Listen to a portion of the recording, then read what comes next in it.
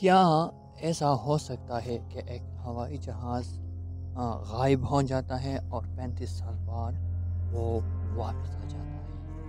جانیں گے اسی ویڈیو میں کچھ کہانیاں انسانی تخلیق کو بالکل اسی طرح پکڑتی ہے جو حقیقت کی سرحدوں کو عبور کرتی ہے اور عجیب و غریب اور ناقابل واضح کے دائرے میں داخل ہوتی ہے۔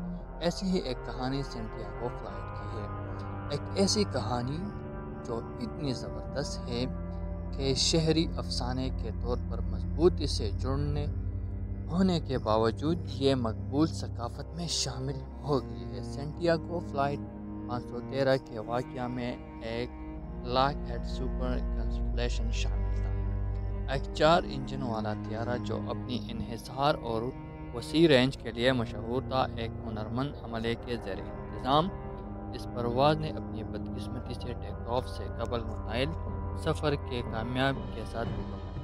سینٹیاگو فلائٹ 513 کی کہانی شروع ہوتی ہے لیجنڈ کے مطابق۔ سینٹیاگو فلائٹ 513 ایک کمرشل ہوائی جہاز جو سینٹیاگو ایئر لائن کے نام سے چلایا جاتا تھا، 4 ستمبر 1954 کو آچن جرمنی روانہ ہوا، جس میں 88 مسافر اور عملے کے 4 ارکان تھے۔ طیارہ جیسے لاک ہیڈ سپر کنسٹلیشن کہا جاتا ہے، پورٹ ایگری برازیل کے لیے روانہ کیا گیا تھا۔ کہانی یہ ہے کہ ٹیک آف کے بعد طیارہ بغیر کسی سراغ کے غائب ہو گیا، جس سے مسافروں اور عملے کے لواحقین کے ساتھ ساتھ وسیع ایسوسی ایشن انڈسٹری میں شدید غم اور الجھن پھیل گئی۔ مبینہ طور پر تلاش اور بچاؤ کی کوشش کی گئی، لیکن طیارے کا کوئی ملبہ یا نشان نہیں ملا۔ 35 سال بعد غیر متوقع واپسی۔ سینٹیاگو فلائٹ 513 یہ کہانی اس دعوے کے ساتھ غیر معمولی موڑ لیتی ہے کہ 12 اکتوبر 1979 کو اس کی لاپتہ ہونے کے 35 سال بعد جہاز اچانک دوبارہ نمودار ہوا۔ کہانی کے مطابق یہ پورٹ ایگری کے ہوائی اڈے پر بالکل اترا۔ شاندار ہوائی ٹریفک کنٹرولرز اور حکام اور میڈیا کی فوری دلچسپی کو جنم دیا۔ ہوائی جہاز کے اندر کیا پایا گیا تھا، اس کی وضاحت کے ساتھ یہ کہانی اور بھی پرجوش ہو جاتی ہے۔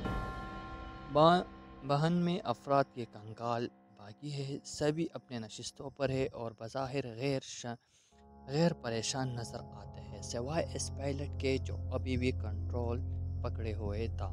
شہری افسانے کی نوعیت عام طور پر سینٹیاگو فلائٹ 513 جیسی کہانی اسی لیے توجہ حاصل کرتی ہے کیونکہ وہ حقیقت، ہوائی سفروں، گمشدگی، غیر واضح واقعہ کو لاجواب عناصر کے ساتھ ملاتی ہے۔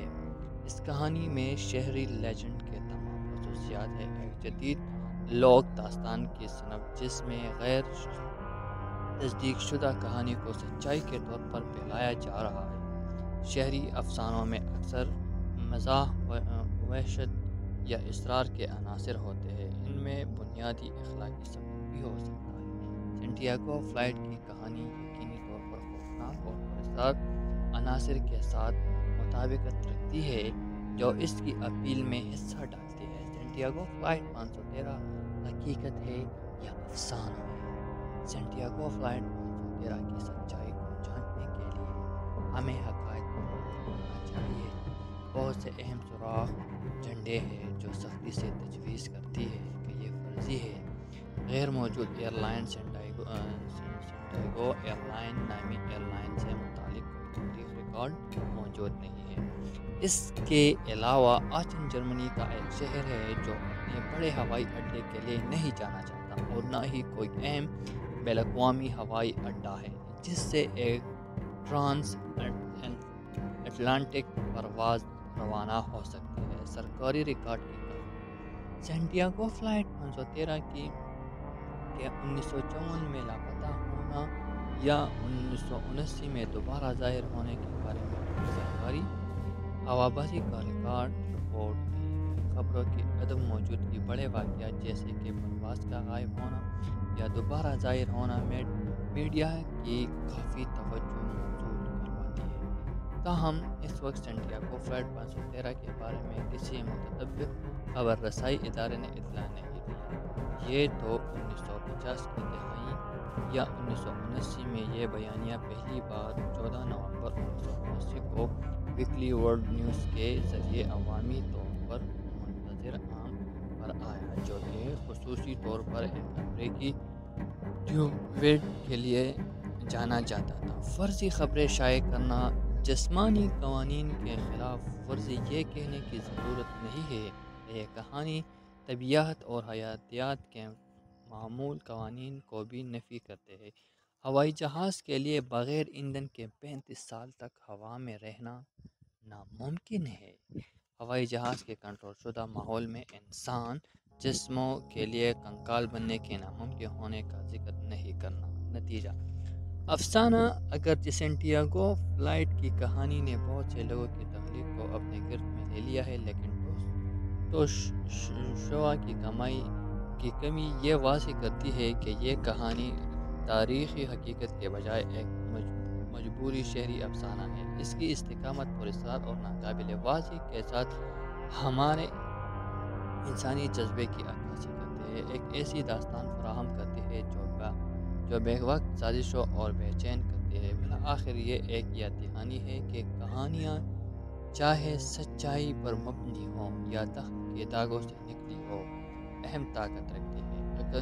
اکثر پوچھے گئے سوالات کہ کیا سینٹیاگو فلائٹ کی گمشدگی کے حوالے سے کوئی ٹھوس ثبوت ملا ہے، آج تک یا نہیں؟ آج تک کوئی ٹھوس ثبوت نہیں مل سکا۔ سرکاری ریکارڈ کی کمی اور قابل تصدیق معلومات کی عدم موجودگی اس پریشان کن واقعے کی حقیقت کو کھولنا مشکل بنا دیتی ہے۔